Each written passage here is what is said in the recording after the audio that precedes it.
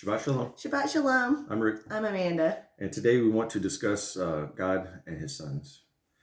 So we're going to go to Isaiah 44:24.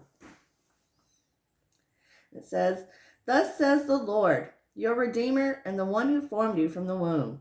I, the Lord, am the maker of all things, stretching out the heavens by myself and spreading out the earth all alone." Mm-hmm.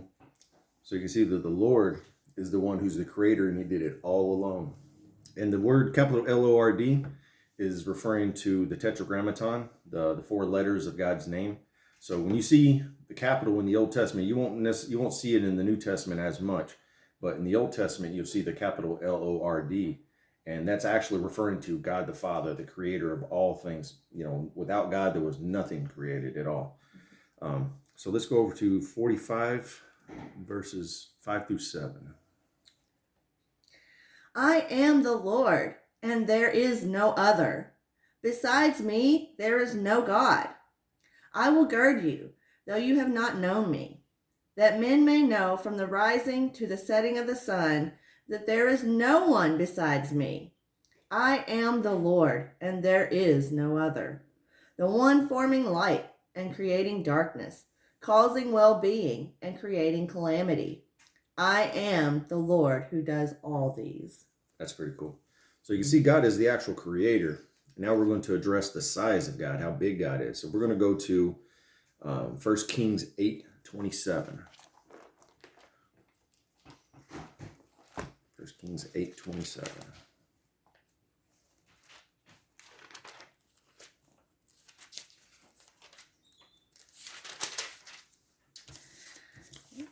And it says, "But will God indeed dwell on the earth? Behold, heaven and the highest heaven cannot contain you. How much less this house which I have built." That's cool. And while we're looking at that, this says something similar over in 2 Chronicles 2:4 through 6.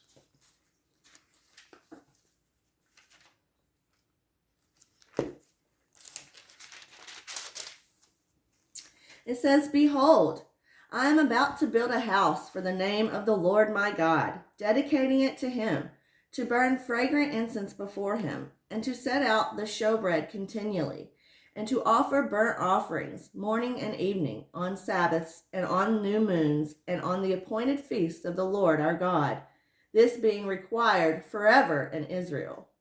The house which I am about to build will be great, for greater is our God than all the gods. But who is able to build a house for him? For the heavens and the highest heavens cannot contain him. So who am I that I should build a house for him except to burn incense before him?" Yeah, so you can see that Solomon, whenever Solomon was wanting to build the temple, it's not because he really thinks that God will ever come and dwell in that house. It's because that's where the worship of God will be carried out, so that the people could see the cleansing process, the way that the repentant process, the teachings that they're trying to expose here. So let's just jump over to 2 Chronicles 6:18. A couple pages over. It says similar. "But will God indeed dwell with mankind on the earth? Behold, heaven and the highest heaven cannot contain you. How much less this house which I have built?" So you can definitely see that the creator, the Lord capitals, is bigger than all creation. Mm-hmm. Huger than all creation. So let's jump over to Isaiah 40, verse 12.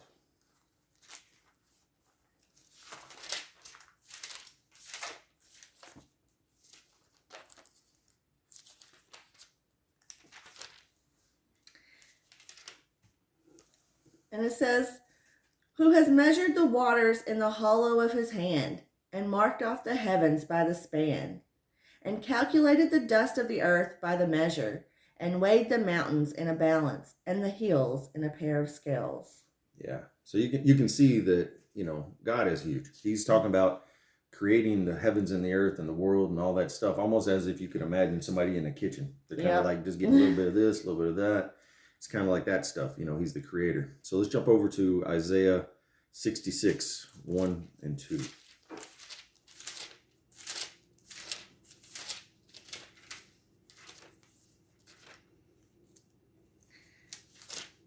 And it says here, "Thus says the Lord, heaven is my throne, and the earth is my footstool.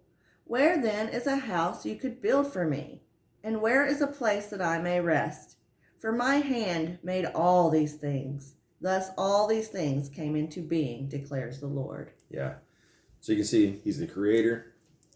All these things. He is way bigger than the house. Like I said, the house itself is symbolic of our relationship to God and the fact that, we can't really, God is here all the time. Mm-hmm. You know what I mean? He's everywhere present. So it's not like God's not in the temple and God's not in our houses and not in our cars with us. It's not like because of the size of that stuff, because God is a spirit. Mm-hmm. See, the spirit is what it is, the biggest issue about that. So now we're going to go to Numbers 23:19. Now this is talking about how God is not a man, because we just now got done hearing how God is the creator of all things and how big God is, that the heavens of the heavens cannot contain him. So it kind of seems a little silly to say that God is a man or could be a man, because the Bible says he's not a man. Mm-hmm. And so let's Numbers 23:19. Sorry, I'm a little behind you on this.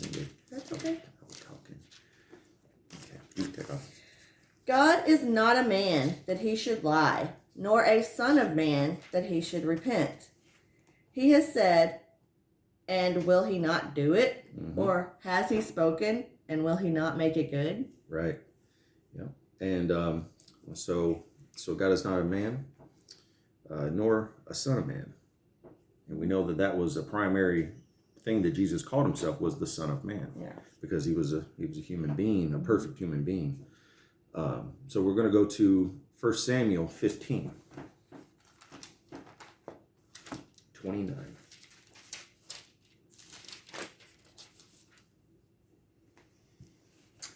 It says, "Also the glory of Israel will not lie or change his mind, for he is not a man that he should change his mind." Okay. All right. So we know God, when he says what he means, and he means what he says. He's not changing his mind. He doesn't say stuff just to take it back later.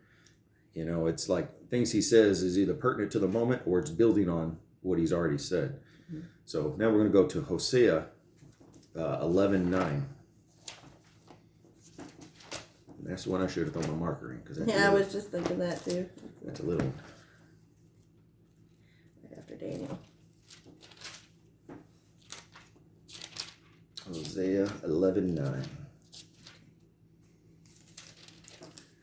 It says, "For I am God and not man, the Holy One in your midst." Yeah. So you can see that, God has not never connected himself to a creation that he created. He is beyond. He is the creator, he's not a part of his own creation, I guess you could say. Yeah. So we're going to go to Exodus 33:20.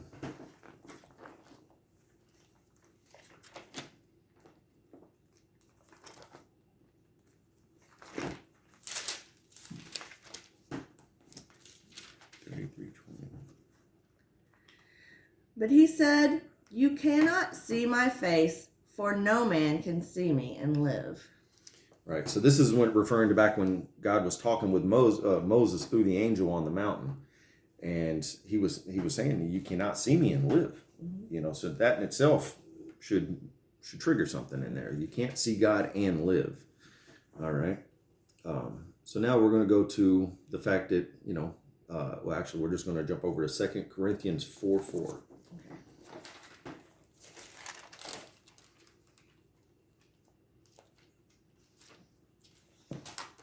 Not really trying to speed through these. It's just there's a lot here, and you can always pause it and write these down and go back over it again. Okay. So 2 Corinthians 4:4 says, "In whose case the God of this world has blinded the minds of the unbelieving, so that they might not see the light of the gospel of the glory of Christ, who is the image of God." Mm-hmm. Yeah, he's the image of God. And you can see that, I'll get back to that in a minute. Okay. So you can see that Christ is the image of God. And in a similar way, whenever Adam was created, he was created in the image of God as well, not in his creative abilities, but in the fact that he had a perfect relationship with God. There was no offense between him and the Father, and he had judgments that were aligned with God all the time. That's why God gave him permission to rule the earth as his basically vice president over God's creation. You know what I mean? So it's like he was told to rule over the earth, name the animals, do all that stuff, because he was like God in that way. You know, so we're going to go to 1 John 4:12.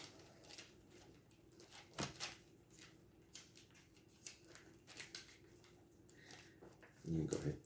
It says, no one has seen God at any time. If we love one another, God abides in us, and his love is perfected in us. So no man has seen God at any time. So we're just kind of laying down the foundation on this part right here. The God himself is invisible to us. You know, he'd be like wind.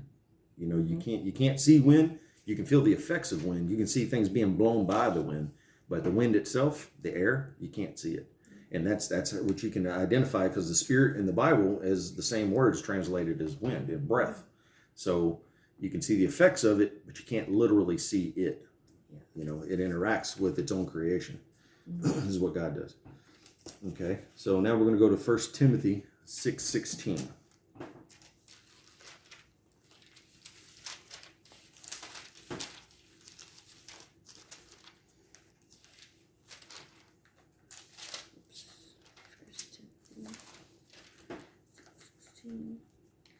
Who alone possesses immortality and dwells in unapproachable light, whom no man has seen or can see.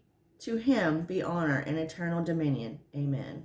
Yeah, this is very cool to me, because when it says, you know, he alone possesses immortality, and that says that's why people have the ability. He has the ability to give you life. Yes. You don't. The life isn't inside of you, how much you eat, and if you know all this good stuff. You can prolong your life, but the life itself came from God, and you know whom no man can see or has seen. You know, so it's kind of cool. It's like whenever you're talking about approaching that unapproachable light, you know, that's, I don't know. To me, it just gives me cold chills when I think about that. That's pretty cool. Yeah, it's like something almost is like too hard to reach, you know. It's like beyond what you can reach, but that's that's why we need Christ. Yeah. He's that mediator between us and God. Yeah. He's the one who went into that Holy of Holies that once for all time. He was the only one who was allowed to approach the light. Yeah. He was the one who was given the seals and the books to open. So you can see that Christ was granted the position that he could interact with God on a level that is nothing that we could do right at this moment. You know what I mean? He's the one who made it available for us to return back to a relationship with the Father that in the end will make us perfect again down the road. You know, so let's go to see what Jesus said on this thing. You know, so we're going to go to John 5:37 and 38. I love it when Jesus says it. You know, because so many people want to put words in Jesus's mouth and say things about him that's not necessarily true. And I love it when Jesus shows them wrong.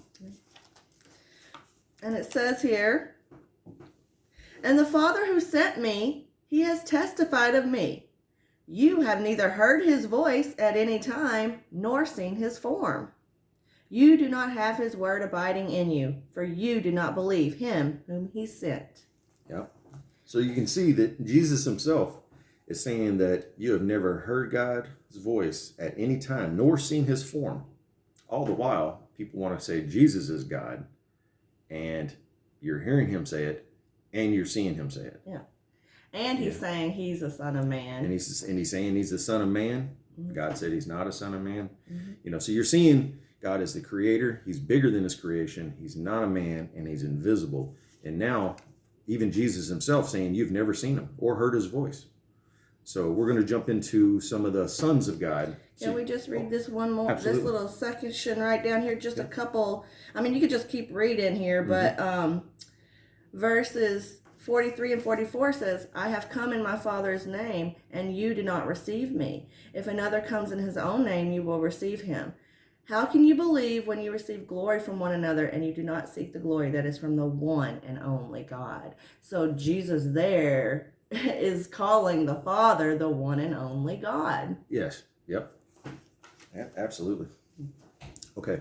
So here are some verses that people kind of mix and mingle, saying Jesus, or like that God was there. I don't want to get into that too much, but you'll see as we go along some of these verses, and you'll probably have heard these verses used before. Mm-hmm. So we're going to go to Genesis 1:26. This is one of the first verses I had heard when I first started studying the Bible, and this was used a lot to promote a Trinity. 1:26. It says, Then God said, Let us make man in our image, according to our likeness, and let them rule over the fish of the sea, and over the birds of the sky, and over the cattle, and over all the earth, and over every creeping thing that creeps on the earth. Yep. And I think there's two or three different spots for sure in Genesis right here in this little section that talks about God saying, let us make man, or man has become like one of us, knowing good and evil. You know what I mean? So what he's talking, you'll see in a minute, this in the beginning doesn't really say it, but as we go along, you're going to see that he's talking to his angelic host, the council that he created in heaven, and he interacts with them like he tries to interact with us. Mm-hmm. So you'll see that when he's saying, let us make man in our image, he's not talking to Jesus or the Holy Spirit. He's talking to his heavenly council, the elders in the heavens. So that verse is that, but let's jump over to 18, 1 and 2. Genesis? Yes, I'm sorry. Genesis 18, 1 and 2. Now the Lord appeared to him by the oaks of Mamre while he was sitting at the tent door in the heat of the day. And when he lifted up his eyes and looked, behold, 3 men were standing opposite him. And when he saw them, he ran from the tent door to meet them and bowed himself to the earth. Yeah.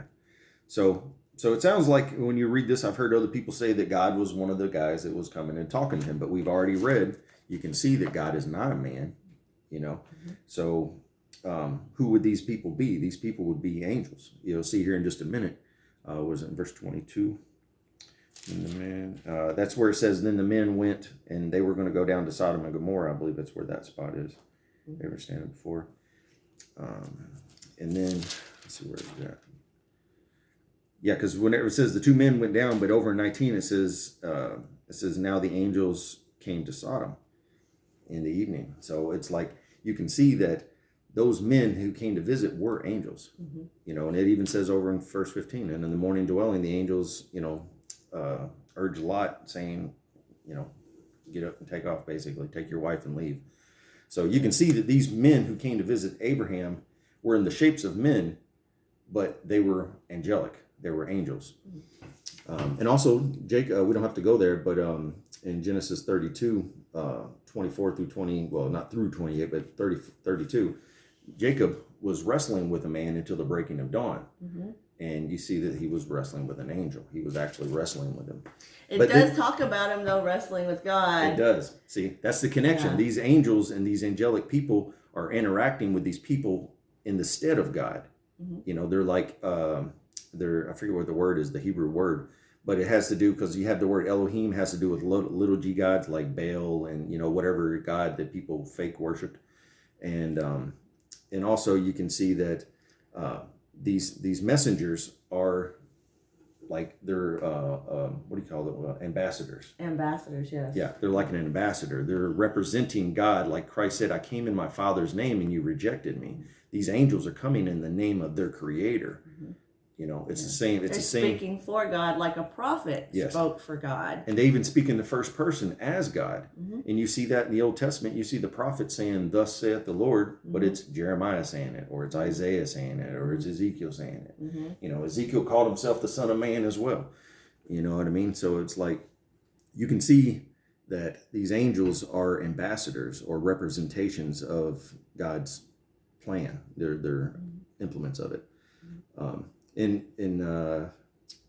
Let's go to Exodus Yes, Exodus 3, 2 and 15. This is talking about the burning bush.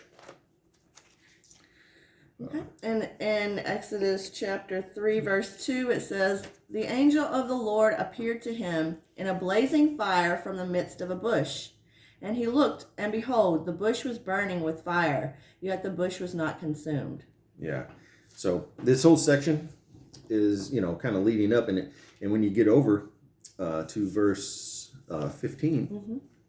It says, "God furthermore said to Moses, 'Thus you shall say to the sons of Israel, the Lord, the God of your fathers, the God of Abraham, the God of Isaac, and the God of Jacob, has sent me to you.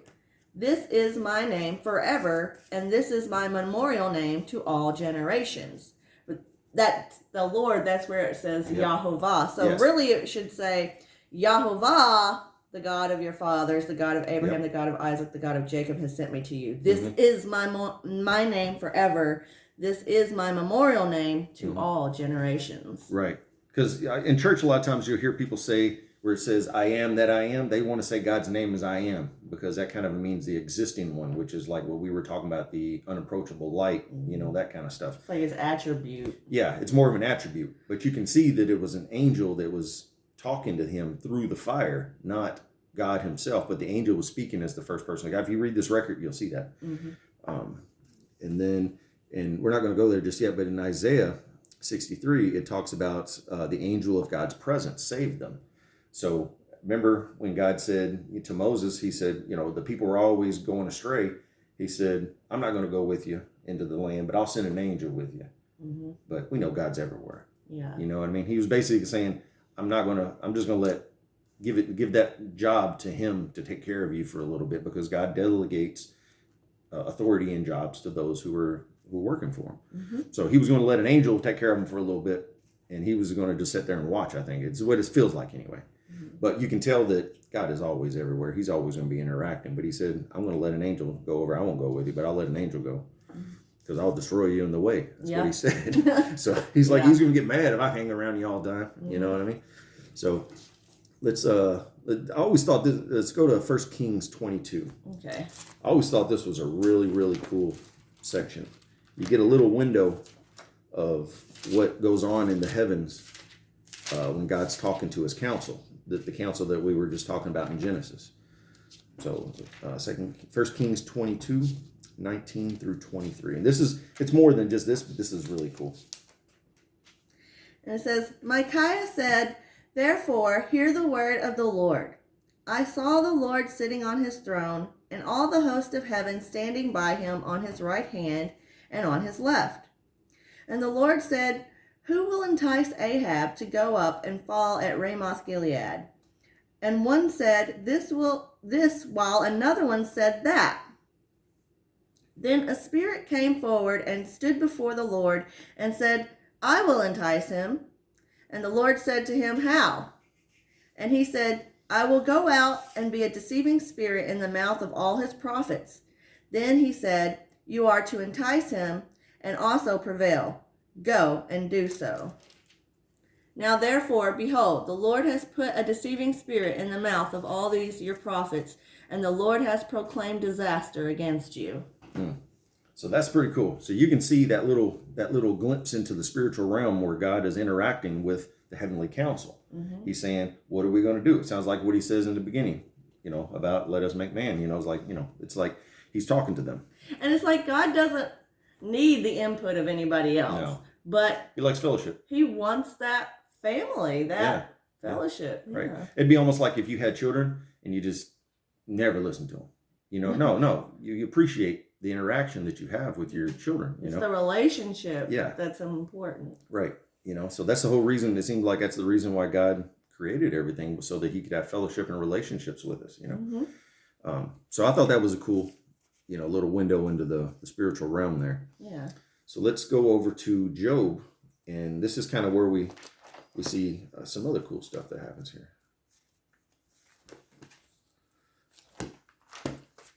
Job 1, verse 6.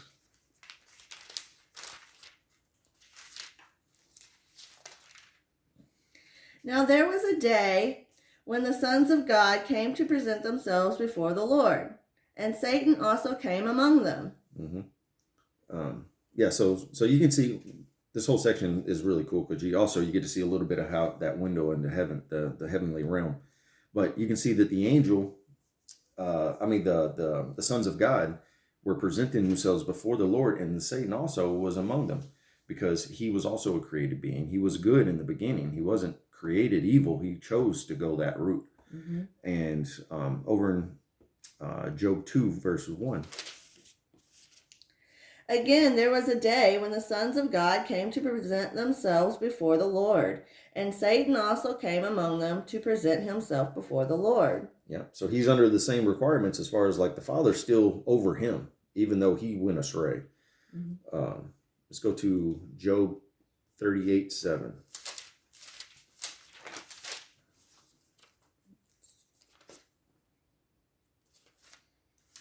Oh, you know what? We just 1 through 7. 1 through 7. Okay. Then the Lord answered Job out of the whirlwind and said, "Who is this that darkens counsel by words without knowledge? Now gird up your loins like a man, and I will ask you, and you instruct me. Where were you when I laid the foundations of the earth? Tell me if you have understanding. Who set its measurements, since you know? Or who stretched out the line on it?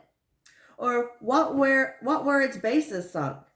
What were its bases sunk? Or who laid its cornerstone? When the morning stars sang together and all the sons of God shouted for joy." Yeah, so he's talking about the original creation. The angels were there when by the time God had created some of these other things. It was like he must have created them and then created, heavens and earth, the Adam and all these things after the fact. That's where you can see the interaction with him and somebody before Adam. You see, because it doesn't really say during that creation time like what day he created the angels and some of his heavenly council, right? But we know that he had finished all his work by that seventh day, because he said that he made the seventh day a holy day of rest because he had already finished all his work which he had done. So even though it doesn't tell us exactly what day it was created, you can kind of assume. You can tell that he was talking to somebody before he created Adam. Yeah, right. So you can see that in there. Of course, this is just us trying to squeeze in some information here. There's a lot. The whole Bible is full of it. Okay. So now we're going to take a look at who the devil is a little bit and his role. So we're going to go to Ezekiel 28.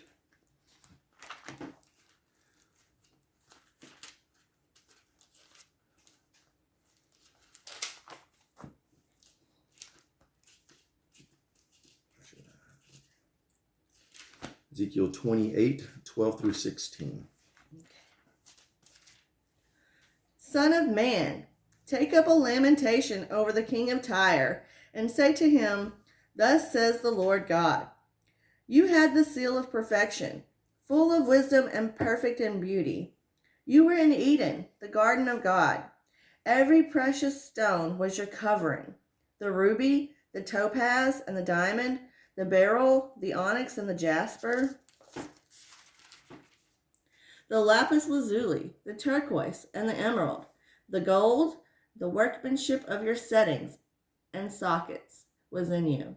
On the day that you were created, they were prepared. You were anointed a cherub who covers, and I placed you there. You were on the holy mountain of God. You walked in the midst of the stones of fire. You were blameless in your ways from the day you were created until unrighteousness was found in you. By the abundance of your trade, you were internally filled with violence, and you sinned. Therefore, I have cast you as profane from the mountain of God, and I have destroyed you, O covering cherub, from the midst of the stones of fire." See, I think that's pretty cool because you can see that even though he's talking to a king, you can see that those attributes of that king are connected to the spirit that's behind him, which is the devil, because we know the king of Tyre was not in the garden of God in the beginning. Right. There were only four things mentioned in the garden of God. It was God, Adam, Eve, and the serpent. So you can see that he was amongst the ones that were mentioned in the garden, not the king of Tyre. King of Tyre wasn't there, but like I said, it's the spirit behind the king of Tyre. It's like what's motivating his heart, who's influencing him. So you can see that the devil himself was good until the day that iniquity, or until the day that he sinned, and then he was cast down. But you can also see that he was a covering cherub. He was like a guard. It seems as if he was supposed to be guarding the tree of life. Instead, he enticed them to take up the tree of life. So he gave up that aspect of being the guard. You know what I mean? He became a deceiver. So I thought that was something. Not a lot of people have read that verse. So let's go to Daniel 3. We're going to look at. We'll just get there. Daniel 3.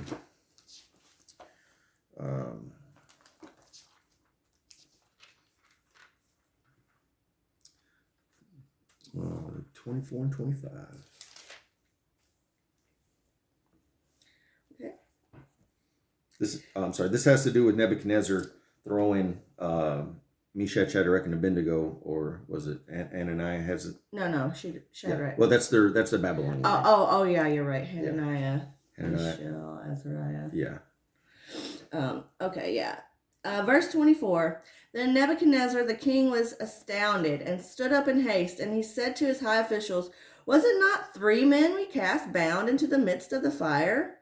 And they replied to the king, "Certainly, O king." And he said, "Look, I see 4 men loosed and walking about in the midst of the fire without harm, and the appearance of the 4th is like a son of the gods." Mm-hmm. So it was like an angel of some sort. And look down in verse 28. Just do 28 as well.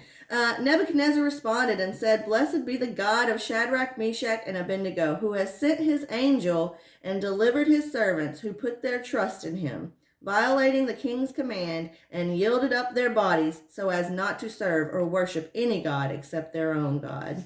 Yeah, I think that's cool because I've heard people try to say that 4th man walking around, he looked like a son of the God. They say the gods in, but I've heard people say that was Jesus walking around in the fire. I've heard people That's say not what that. it was. Jesus is not an angel. Yeah. So, and it's also jump over to Daniel 4:13 through 17. Okay.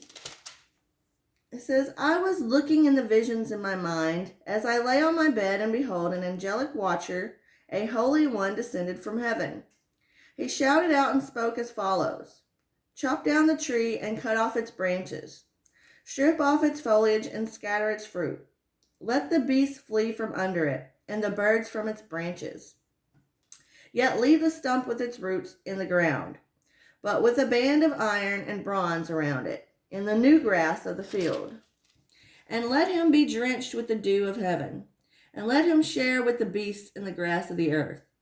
Let his mind be changed from that of a man, and let a beast's mind be given to him, and let 7 periods of time pass over him. This sentence is by the decree of the angelic watchers, and the decision is a command of the holy ones, in order that the living may know that the Most High is ruler over the realm of mankind, and bestows it on whom he wishes, and sets over it the lowliest of men." Mm-hmm.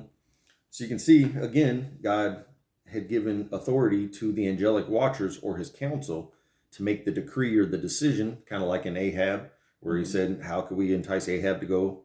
And then this is saying Nebuchadnezzar, that decision to make Nebuchadnezzar lose his mind for that period of time was an idea of the watchers. And God said, do it. And also in verse 23, it's like Okay. it just reconfirms the angelic watchers and the holy ones. It says, "In that the king saw an angelic watcher, a holy one, descending from heaven and saying, 'Chop down the tree and destroy it, yet leave the stump with its roots in the ground, but with a band of iron and bronze around it in the new grass of the field. And let him be drenched with the dew of heaven, and let him share with the beasts of the field until 7 periods of time pass over him.'" Yeah. So you can see the angelic watchers were the ones who had the idea, or God gave them permission for this judgment. He said, God thought it was a good idea. So now we're going to jump into Luke chapter 3. So we've seen God is the creator. He's bigger than his creation. He's not a man. and he's invisible. And now, we've seen the angels that he's interacting with. So sometimes people will misunderstand those angels as being God when they're really just angels. And in Luke 3:38 is like the last part of the genealogy here that's listed. And instead of going through the whole thing, we'll just jump right down to the end of it here. Sorry, I got my things in the wrong spot there. Yeah, so if you want, so it goes down, basically it starts from the sons. Well, it just kind of goes through the genealogy of Jesus. So when you go through the genealogy of Jesus, it starts from there and it works. It's all the way back to verse 38. Verse 38 says, the son of Enosh, the son of Seth, the son of Adam, the son of God. So because Adam, he was a created son of God as well. So Adam himself is a son of God because he was in the original creation. He had no father or mother that was like an earthly form. So it was like he really was created from the dust of the ground as a new creation of God, in creation. So you can see that Adam's a son of God as well, not only just the angels or Jesus. And Jesus is the only begotten son, and Adam was a created son. Mm-hmm. So they're cool in their own ways. Mm-hmm. So it's in Luke 20 verses 34 and 36.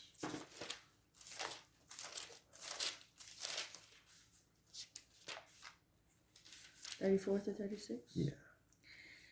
Jesus said to them, the sons of this age marry and are given in marriage, but those who are considered worthy to attain to that age and the resurrection from the dead neither marry nor are given in marriage, for they cannot even die anymore, because they are like angels and are sons of God, being sons of the resurrection. Yeah. So you can see the hope of the resurrection. When Christ comes back, we will be given a body like his body. And at that point, because if you remember, it says that Christ was begotten of God. He was placed in Mary. It's like Mary gave birth to Jesus, but God says that, and when he raised him from the dead, this day have I begotten you. Mm-hmm. So he was begotten of Mary in the flesh, but he was born of God in the resurrection. See, he's the hope that we have. We will be like him. So we're going to go to Romans 8, 19 through 23.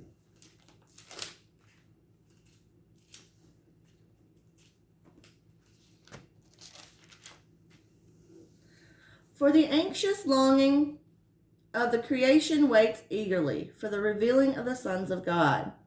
For the creation was subjected to futility, not willingly, but because of him who subjected it in hope, that the creation itself also will be set free from its slavery to corruption into the freedom of the glory of the children of God. For we know that the whole creation groans and suffers the pain of childbirth together until now.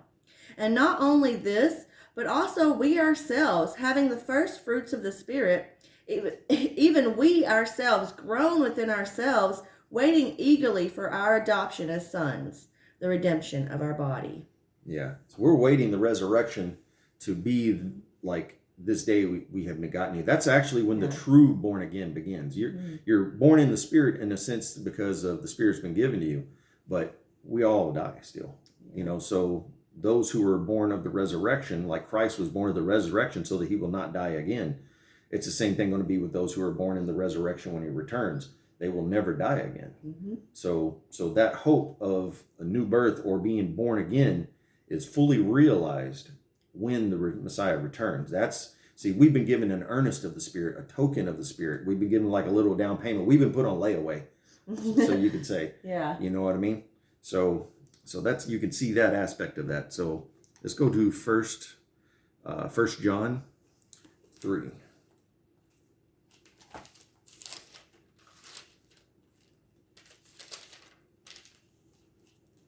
1 John 3, 1 through 4. See how great a love the Father has bestowed on us, that we would be called children of God? And such we are. For this reason, the world does not know us, because it did not know him. Beloved, now are we children of God, and it has not yet appeared as what we will be. We know that when he appears, we will be like him, because we will see him just as he is. And everyone who has this hope fixed on him purifies himself just as he is pure. Okay. Everyone who practices sin also practices lawlessness. Yeah. So. Yeah. So you can see that when he appears, we will be like him. See, we're going to be changed. The dead are going to be raised, and we're going to have our bodies changed, and then we're going to be like Christ. Let's go to 1 Corinthians 15. 20.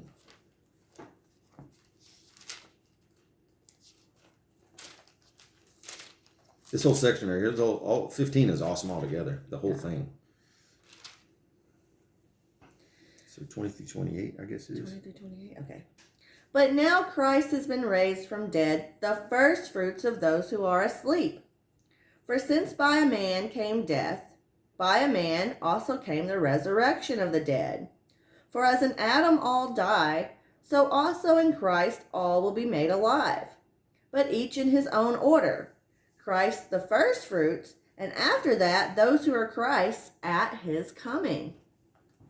Then comes the end, when he hands over the kingdom to the God and Father, when he has abolished all rule and all authority and power. For he must reign until he has put all his enemies under his feet. The last enemy that will be abolished is death, for he has put all things in subjection under his feet. But when he says all things are put in subjection, it is evident that he is accepted who put all things in subjection to him. When all things are subjected to him, then the Son himself also will be subjected to the one who subjected all things to him, so that God may be all in all. So that's the full, from the fall, everything that went wrong, Christ in the very end, he's correcting it, and he's going to present it all back to the Father, clean, pure, perfect. Mm-hmm. So it's, to me, I think that's neat. And, to see how we interact, we are being adopted into the family of God. We're awaiting that redemption that's still to come. Mm-hmm. We've been given a gift to help us along the path. To me, it just means a lot, It does. It means so much. I mean, that's the redemption that we're all looking forward to. Mm-hmm.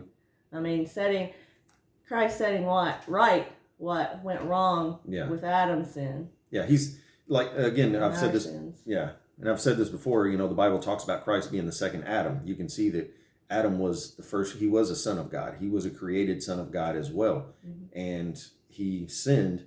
And because he sinned, sin entered into the world and caused everything to go away. And Christ was created perfect he was created without sin, mm-hmm. and maintained his purity. And therefore he was able to do the redeeming side of what Adam lost, Christ redeemed. So to me, I think that's really cool stuff. You might not hear a lot of these verses in church, but that's why we're here. Yeah. And so, Shabbat Shalom. Yeah. God bless. God bless.